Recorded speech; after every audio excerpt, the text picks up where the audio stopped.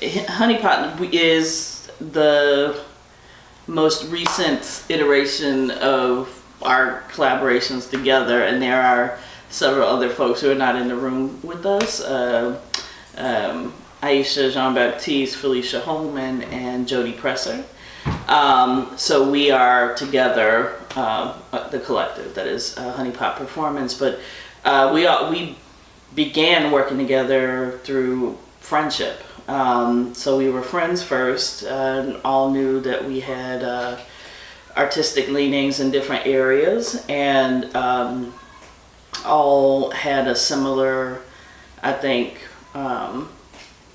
interest and passion for advocating for Black subjectivity and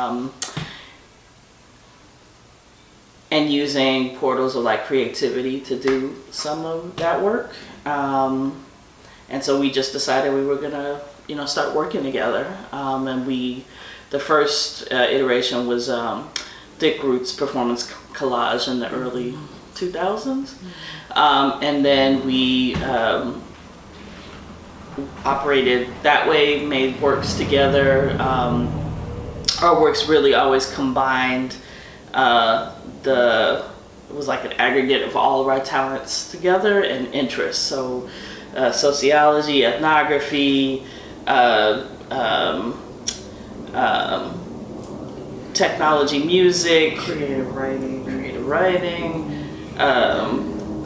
clinical therapy, all of those things I think like weave their way into the works we make, which are typically long form, evening length works that come out of like about a year and a half of some kind of process together.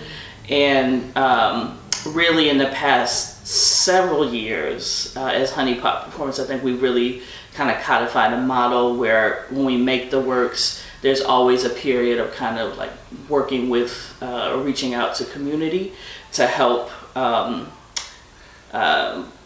develop like the source material for that work, and then we take that back into the studio and then create the performance. No, I think Maida said much of it. So for some of us, there's also that sort of academic side of, very much living, being, and analyzing the world that we live in terms of Black subjectivity. And so that we make sure to add that sort of scholarly component and really meditate on the research around who we are, but also art as its own form of research, as its own form of questioning and seeking answers or resolution, or just more questions, more critical questions. So that's what I would add. Like as Abra said, like we typically start with theory or there's a lot of even though we are champions of embodiment as its own way of kind of knowing and being in the world, and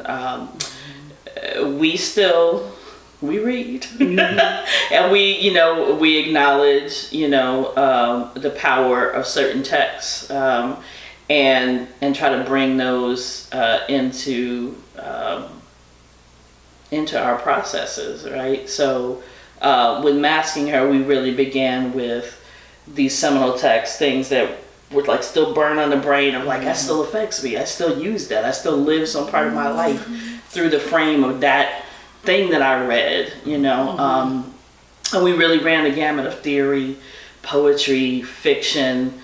Like some of the things that I brought out that still stay with me are like Barbara Christian's Race for Theory, where she's talking about there are like all these multiple ways to theorize. And I remember, as a young person in my early college years, like that just like opened up all this, because like as a dancer and choreography, like I knew that there was a way in which I was speaking and making meaning in the world that it wasn't quite, I could see, the import that I was given to it, that perhaps there are other spaces that were like, didn't see that as knowledge making, and that opened up space for me to be like, yes, it is, and let me figure out how to argue that and articulate that for myself. And I think for me too, just thinking of some of those readings, right? So as a sociology instructor, I still teach Gloria Azadua's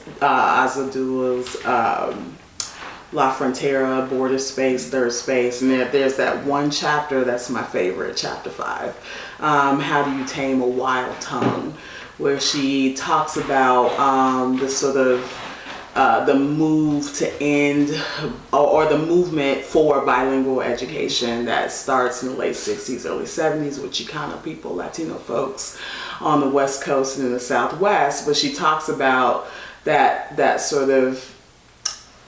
these sort of bureaucratic institutional moves to remove Spanish from the mouths of Spanish speakers as oppressive, as violent, and it's being replaced with the language of the oppressor, right? And that very much sounded like Audre Lorde to me when I first read it a long time ago. I was like, that's Audre Lorde, right? But said in a way that applies to Latino folks. But I love it because it's very poetic the way she writes it, and she mixes it with these various forms of Spanglish, right, of Chicano Spanish. And but it really resonated with me, I think, especially in grad school, because I was writing about hip hop, I was trying to write about house, and professors just kept telling me nobody cares about that. Who cares? Literally, a professor said, "Who gives a shit about Black women?" That's a direct quote. And at that point in time, when we were generating Masking Her, it was literally the beginning of Say Her Name, of hashtag Say Her Name. So there were all these Black women who were being murdered. Mostly, some by police, but mostly by partners of various kinds, and there was no protest for them. There was no let's meet at Daily Plaza for them. There was the hashtag, but there was nothing else. So it just happened these ideas just happened to merge with that moment where we were pondering safety for Black women, and that Masking Her was in many ways a part of these ideas of where is that safe space, where could it be, and even the idea of having to think about safe space took us back to Combahee River Collective Declaration, right? These women who wrote about this stuff like 40 years ago, right?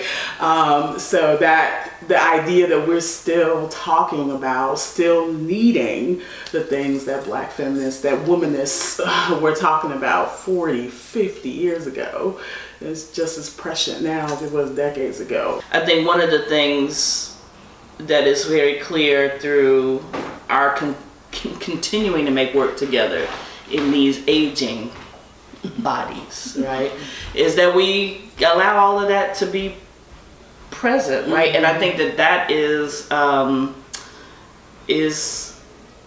of radical in its own way, to be like, you're the age where you should stop performing.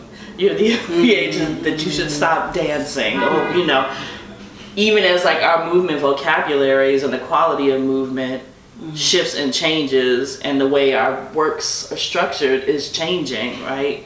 I think that, and I think that's especially important for, Black bodies to be like we're not dead. We're not going anywhere. We're still active and making and trying to figure things out and addressing social issues as they are coming up in real time with the works that we are making, again, through these bodies in whatever form they are in now, and that is really important. I do think, we have more work to do on sexuality that has as a topic. But I think part of all that is in who we are, quite frankly, our own personal identities, whether or not we always state that openly, right?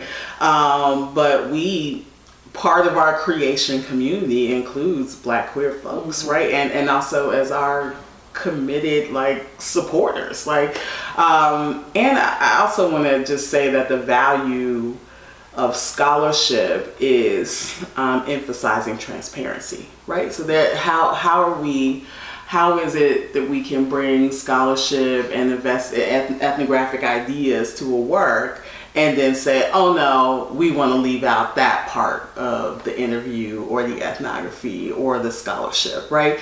So that and I think that's a critical part of what we do too. So partially it's in the identities of all of us in terms of the folks that we create with, but also in terms of people who support us, but it's also in our scholarly ethos, which is, this is part of the history of, for example, house music.